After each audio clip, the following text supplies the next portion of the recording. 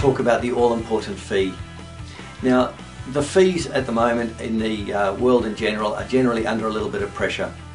So there are many ways to address this issue, but dropping your fees unnecessarily is one that we're going to try and avoid. The way we set this up is to use that components of sale document that we spoke about recently.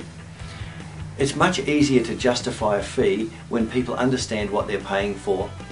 And one of the problems with real estate being an unknown in terms of what the detail of service is that people just think that you turn up and open, hang around for an hour, take some offers, sell their property, and for that they're paying you thousands and thousands of dollars of the price of their asset.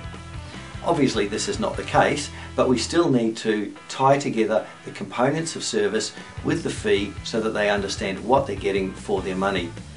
So generally in a listing presentation, the fee discussion takes place directly after presenting the components of service.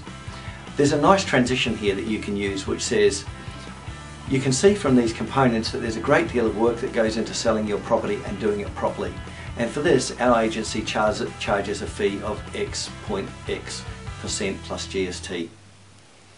Now, you might face questions about the agency down the road being able to do it for a cheaper fee.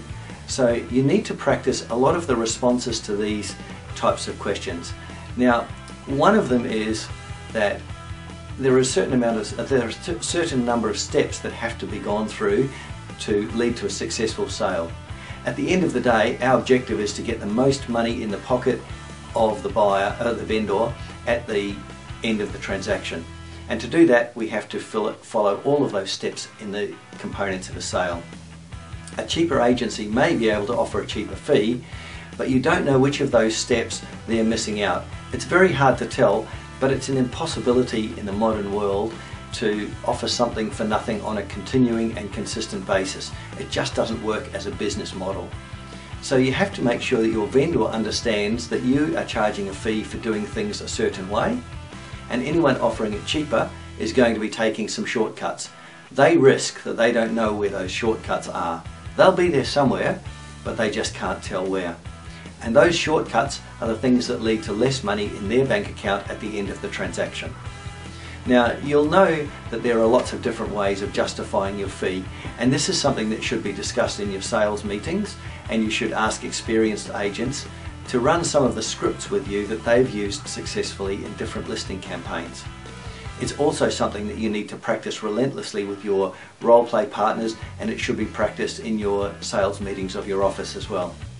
Over time you'll become experienced in answering these questions, and you'll become quite comfortable in dealing with vendors when they raise the fee issue. You probably also need to determine where you sit in the demographics and the market in which you play. Are you a top-end player that's charging a top-end fee? Are you medium, or are you a cut-price agency that can do the work for a lesser fee and still get reasonable results for your vendors? So go through those aspects now in the notes and the printed material, and set up some interviews or some talks with the agents and others in your agency, including the principal. Toss this item around, and it is certainly something that needs a lot of practice before you become proficient at dealing with it. It's probably one of the single hardest discussions in the listing presentation, and it's something that you do need to become very proficient at.